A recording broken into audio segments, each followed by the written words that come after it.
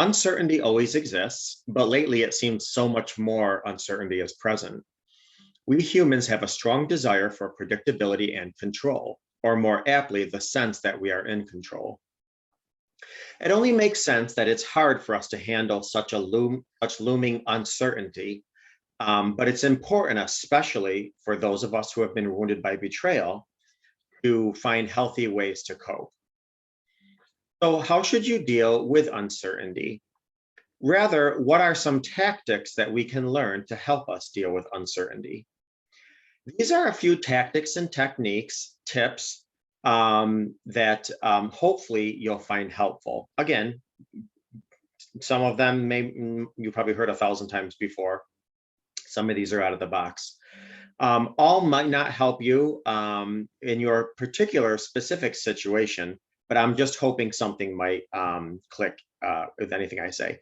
So, some of the ways to deal with uncertainty. Number one, find what's called your sit spot. Presence in general is a foundation of self-care, and it shifts us out of the ruminating over and over about the past or anticipated future. Whenever possible, stop for a minute or two and bring attention to something nearby. Maybe have a regular practice called a sit spot. It's simply sitting outdoors for 10 or 20 minutes in the same location every day and becoming fully present with everything around you. Engage your senses, taking in near and distant sounds, noticing the plants and the animals, looking for the beauty and the contrast, and touching the grass or the bark of a tree. This really brings you into the present moment rather than projecting into an unpredictable future. Now, for those of you that live in colder climates, you're going to have to find an alternative to this, whether it's going out on your sun porch or just going into a specific room and engaging your five senses in your sit spot. Another technique or method is to what's called fight the boss battle. So when life throws us a challenge of uncertainty, look at it as a boss battle. Basically, it's a chance to level up and gain new skills. Play the game, don't let it play you. So uncertainty, instead of being a cause for stress, anxiety, or depression, is actually what makes the game challenging and interesting. So you decide to get creative and what to do and be the quote boss of whatever was handed to you. And when you cultivate this creative can-do-it attitude, you're much better at solving problems and overcoming challenges. So basically it's, okay, this is what life wanted to offer me. That's fine. I'm going to be the boss of it. This is how I'm going to deal with this. So life offers you uncertainty. You're going to be the boss of that uncertainty. Number three, another technique method is to focus on breath, body, and mind. Uncertainty is a part of life, but it can be uncomfortable to sit with because it does cause anxiety, or it can cause anxiety. As the anxiety heightens, so does the uncertainty. It's like a vicious cycle. Try practicing the breath, body, and mind technique. It's a breathing exercise rooted in behavioral science. Essentially, relax your entire body with a deep, controlled breathing so that your mind will quiet down. So first, it's breathing to quiet your mind and your body down. Then really shake your body, and you're kind of shaking it vigorously if you can tolerate that. Bounce up and down, or sit in your chair and get back up. Basically, you're going to move. What this does is it helps you rid your anxious energy, and it ultimately helps you slow down your mind that's racing, your heart that's racing, and so on. And it also lessens the feelings of uncertainty and discomfort. That's the ultimate end goal of shaking your body. So basically, it's calming your body down, then giving it a shake, or as they used to say in the 50s, a shake, rattle, and roll. And then that should hopefully calm down your anxiety, your breathing, and so forth.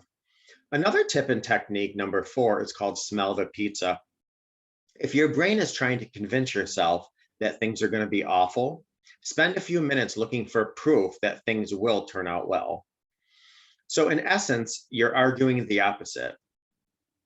This technique helps to realize that although the worst case scenario is one possibility, it's not the only possibility, and most likely not the likeliest possibility.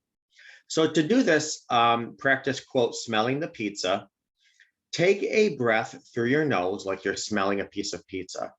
And if you don't like pizza, whatever it is you enjoy smelling, brownies, vanilla, whatever smell you like. So visualize that you're taking a deep breath and you're smelling in that desired scent.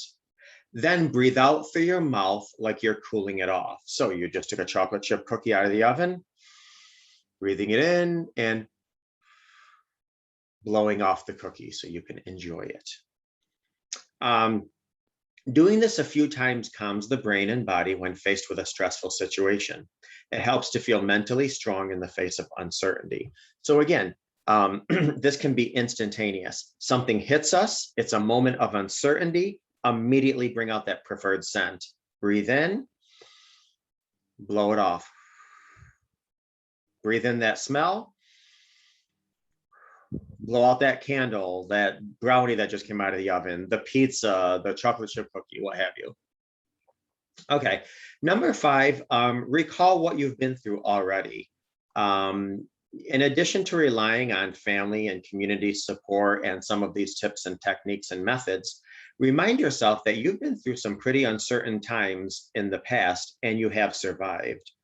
Probably even thrived if you're in this community, and if not, you will if you stick with it. Then consciously start to recall the details of all the good things that in the end came out of going through what you did at the time. In other words, what life and God or the universe provided in those uncertain times without any effort on your part. What just kind of came naturally that worked itself out. Remind yourself that this time is no different from other times. And therefore, having faith and conviction that all will work out for your good will come to fruition. Sometimes the hardest yet most effective thing to do is to surrender the situation and just be confident that things will work out in the end. You know, sometimes it's very helpful to be active, proactive, work hard. And sometimes it's like, you know what, I'm just going to give back to the universe this situation. I'm going to place this situation before God's feet. It's not my responsibility. And I'm going to see, you know, they always say the universe is tilted towards justice or, you know, your behalf. God is always fighting on our behalf, whatever you want to say. I'm going to take this off of my mind and my chest, give it away, and see how God, the universe, what have you, works it out on my behalf. I'm just not going to work with it. I'm not going to deal with it, not going to bother with it. Number 6, and this is something I'm sure you've heard before 1,000 times, is to do some yoga. You know, 1 year uncertainty could be not knowing what a family member will say to you around the holiday table. The next year, uncertainty is dealing with your spouse's new medical diagnosis, condition, or possibly a betrayal. Yoga, meditation, and listening to yoga guided recordings to deal with these uncertainties is proven valuable. And we have a couple yoga teachers here at PBT. Yoga and meditation allow us to deal with things outside of our control in a healthy and relaxed way. And that's what's really key and necessary, is that it's not only healthy, but it's in a relaxed way. And that would be like a positive cycle. So we have negative cycles of, you know, doing things that are a negative cycle. And then we have our positive cycles, you know, relaxing, making positive decisions, going forward positively, which is just a cycle. And it's a good habit to get into. Lord knows we can get into the negative cycle habit very easily. You know, it's good to work on getting into a positive cycle. A lot of people deal with uncertainty in an aggressive way. Yoga is dealing with all of these negative emotions and uncertainty in a positive way. We feel more in tune with ourselves and can deal with stressors in a much more effective way if we are calm. And one of the ways we get calm is by doing yoga or meditation. Number 7, accept help and support. This is a very short one. It's directly to the point. Simply put, gain support from whomever, wherever you can.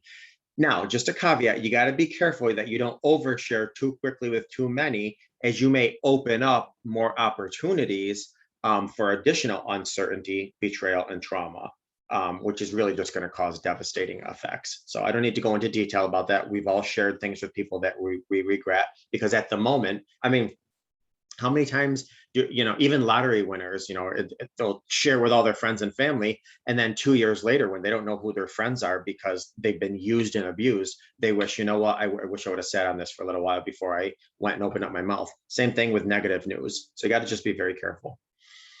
Number 8, take mini vacations.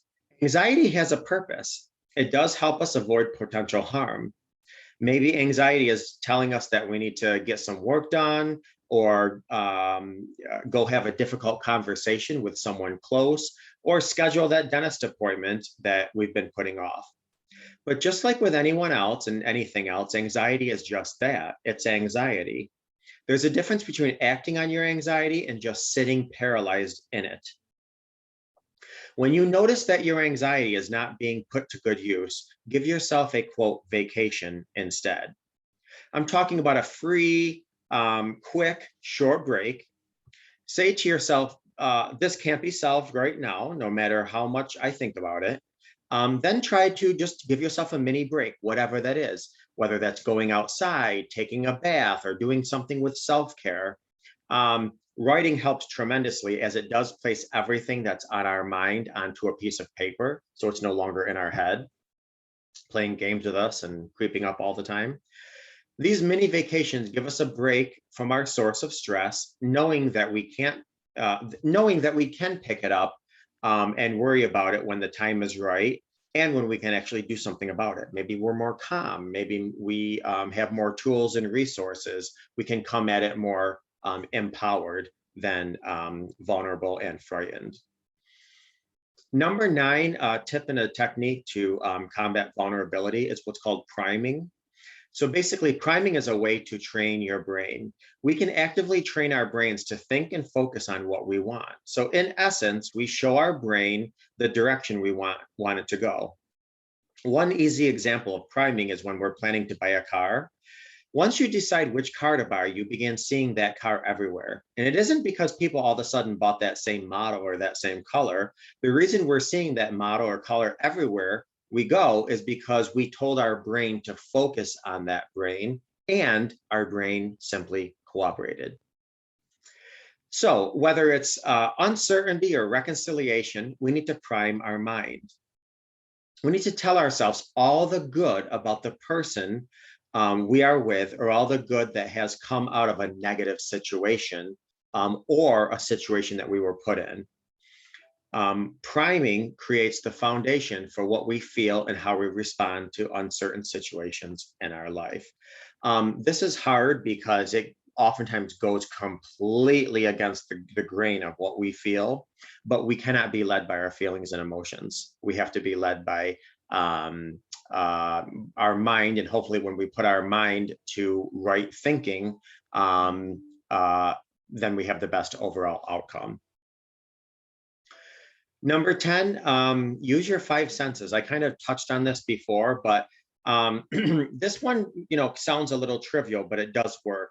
If you can go outside or just anywhere, sit outside your house and tune into your 5 senses, such as the smell of fallen leaves and fresh air, the sound of water in a stream, birds chirping, the touch of a cool rock on the ground or an acorn, the sight of beautiful colors or leaves or trees, the taste of any water if you're feeling parched. Doing this exercise helps you feel grounded. It helps you feel less anxious and gives you a respite from the shaky feeling of uncertainty. A quick technique that also helps is what I call hand breathing. And this is something where basically, and it helps with the majority of your senses. So basically, what you're going to do is slowly trace your whole hand while you're breathing. So breathe in while you're tracing up, and breathe out while you're tracing down.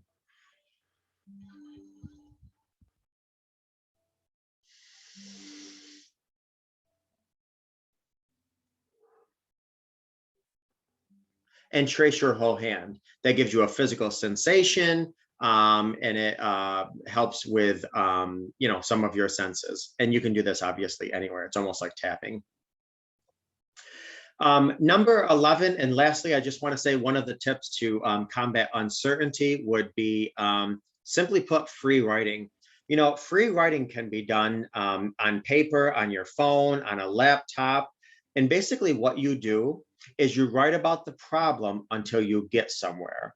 Now, this is a little difficult because so many of us really want to, write grammatically correct and write with this and write with that. So one of the things I would propose, one of the tips that I would propose within this tip is to actually write with your non-dominant hand.